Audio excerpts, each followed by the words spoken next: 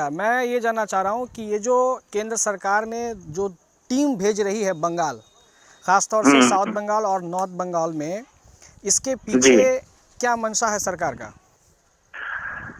देखिए राजीव जी, आपको और आपके दर्शकों को मेरा नमस्कार।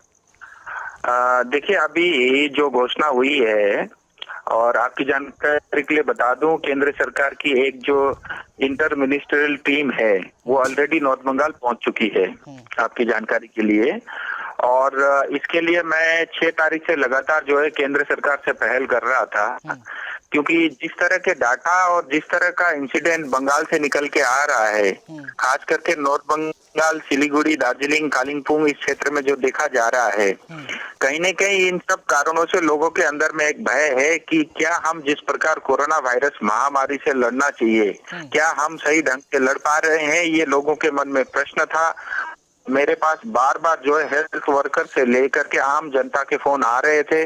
फिर मैंने जो है तुरंत जो है प्रधानमंत्री जी से लेकर के हेल्थ मिनिस्टर से लेके गृह मंत्री और यहाँ तक कि गृह सचिव से भी इसके बारे में संपर्क किया।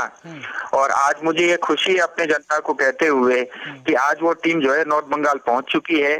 देखिए, बेसिकली ये जो टीम है ये केंद्र सरकार ने गठन किया है। ये एक सेंट्रल की जो है ऑब्जर्वर की टीम है। ये वहां पे जाकर के धरातल पे कि ये लॉकडाउन का सही पालन हो रहा है कि नहीं उसकी वो जांच करेंगे। सोशल डिस्टेंसिंग ठीक से प्रकार से हो रही नहीं हो रही इसका वो जायजा लेंगे। इसी तरह जो है वहाँ पे जो एसेंशियल कमोडिटीज है, जो खाद्य सामग्री है, 3 महीने तक केंद्र सरकार ने कहा है कि हम 3 महीने तक लगातार 5 किलो चावल अथवा आटा और साथ में 1 किलो दाल देंगे। और साथ ही जो है राज्य सरकार ने भी 6 महीने तक फ्री में राशन देने की घोषणा की है, उसको वो देखेंगे। हमारे क्षेत्र में हेल्थ का इंफ्रास्ट्रक्चर कैसा है उसकी भी वो जांच करेंगे। क्या हम ICMR गाइडलाइंस या इंटरनेशनल नॉर्म्स को फॉलो कर रहे हैं या नहीं कर रहे हैं कोरोना वायरस लड़ने के लिए, इसकी भी वो जो है जांच करेंगे। हम सारे स्टैंडर्ड ऑपरेटिंग प्रैक्टिस जो SOP बोलते हैं उसको हम फॉलो कर रहे हैं क्या, उसकी भी वो देखेंगे।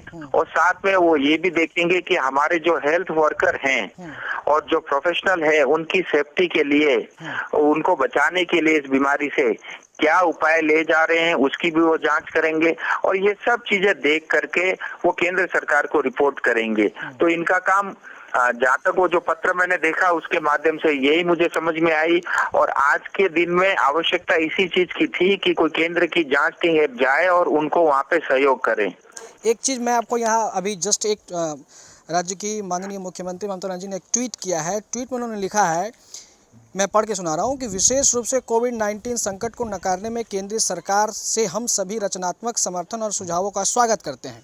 हालांकि जिस आधार पर केंद्र आपदा प्रबंधन अधिनियम 2005 के तहत पश्चिम बंगाल में कुछ सहित भारत भर के चुनिंदा जिलों में IMCTS की तैनाती का प्रस्ताव केंद्र कर रहा है, स्पष्ट नहीं है।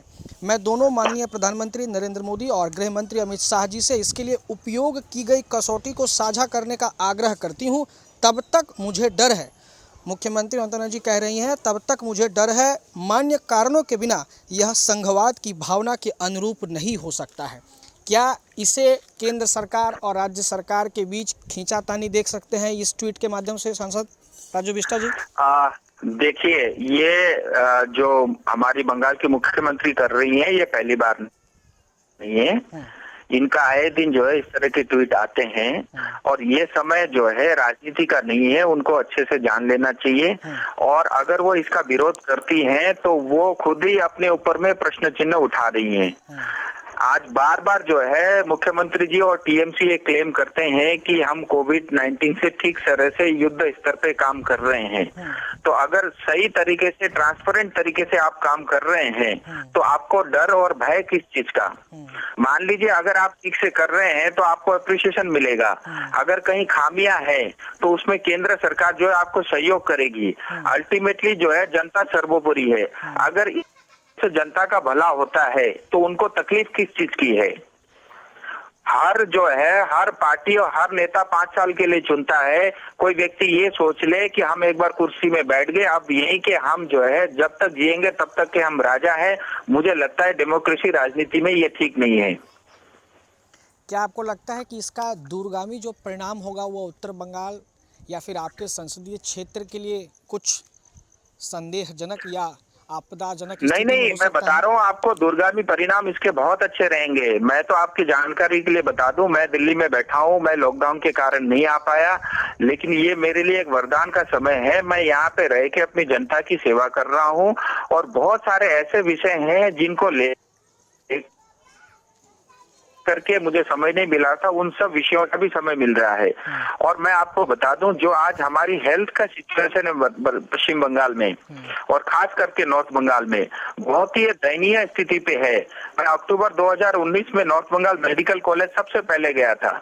मैंने तभी मुख्यमंत्री जी को पत्र लिखा और वहीं से आपके मीडिया के माध्यम से आह्वान किया था कि कृपया जो है एक फुल टाइमर जो है हेल्थ मिनिस्टर आप अपॉइंट करिए, क्योंकि आप व्यस्त रहती हैं, आपके पास समय नहीं है। लेकिन उसकी सुनवाई आज तक नहीं हुई है। और आज देखिए, north Bengal medical college Siliguri का सबसे बड़ा मेडिकल कॉलेज पूरे नॉर्थ बंगाल को कवर करता है। सिक्किम, आसाम, बिहार तक के लोग आते हैं, नेपाल और आसपास के भूटान से भी लोग आते हैं। लेकिन हमें ये जान करके शर्म आती है कि आज जो है कोविड-19 का इलाज नॉर्थ बंगाल में नहीं हो रहा है।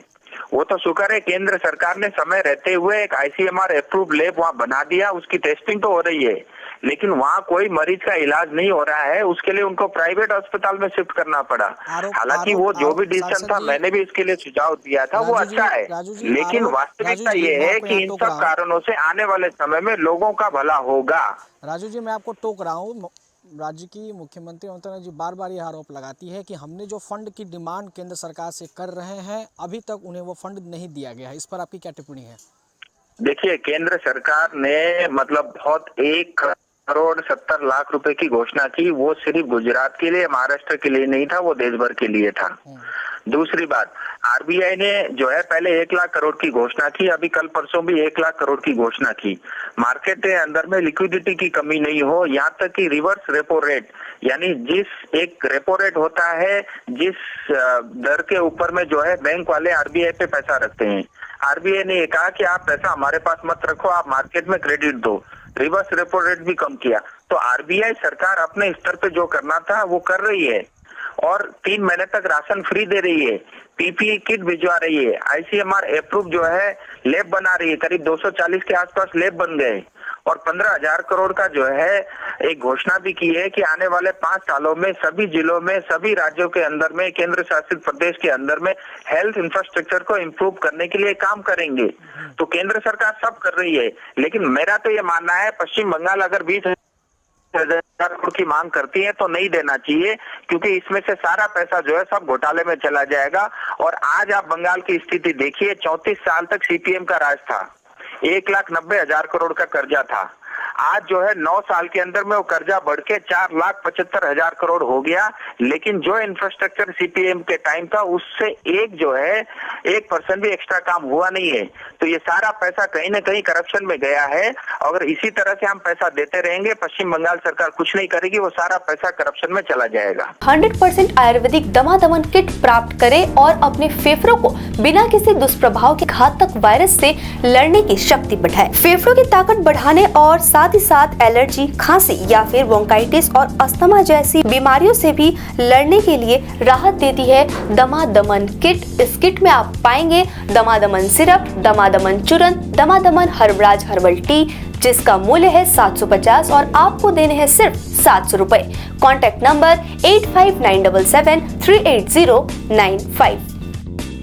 तयारी फ्ल्याट लाखौंको बजेट के तपाईले सिलगढीमा फ्ल्याट लिने सोच बनाउनु भएको छ?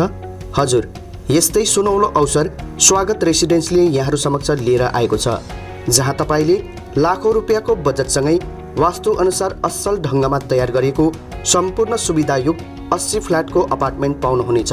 स्वागत residency near Nirmala convent hostel. Contact 9832350915 9434001643। घर की फर्नीचर ही घर की शोभा होती है। गेस्ट की नज़र फर्नीचर पर ही पड़ती है। फर्नीचर के लेटेस्ट ट्रेंड से घर को स्पेशल लुक कैसे दे? फर्नीचर जंक्शन 3 मंजिलों में और 25,000 वर्ग फुट में फैले हुए फर्नीचर का एक अच्छा संग्रह है। शोरूम में हर किस्म के फर्नीचर कम कीमतों में उपलब्ध है। इसकी रेंज और कीमतों को देखते हुए फर्नीचर का वन स्टॉप सोल्यूशन है फर्नीचर जंक्शन। जी हाँ, furniture junction, 3rd mile, Sevoke road, Siliguri. Contact number 9851511111।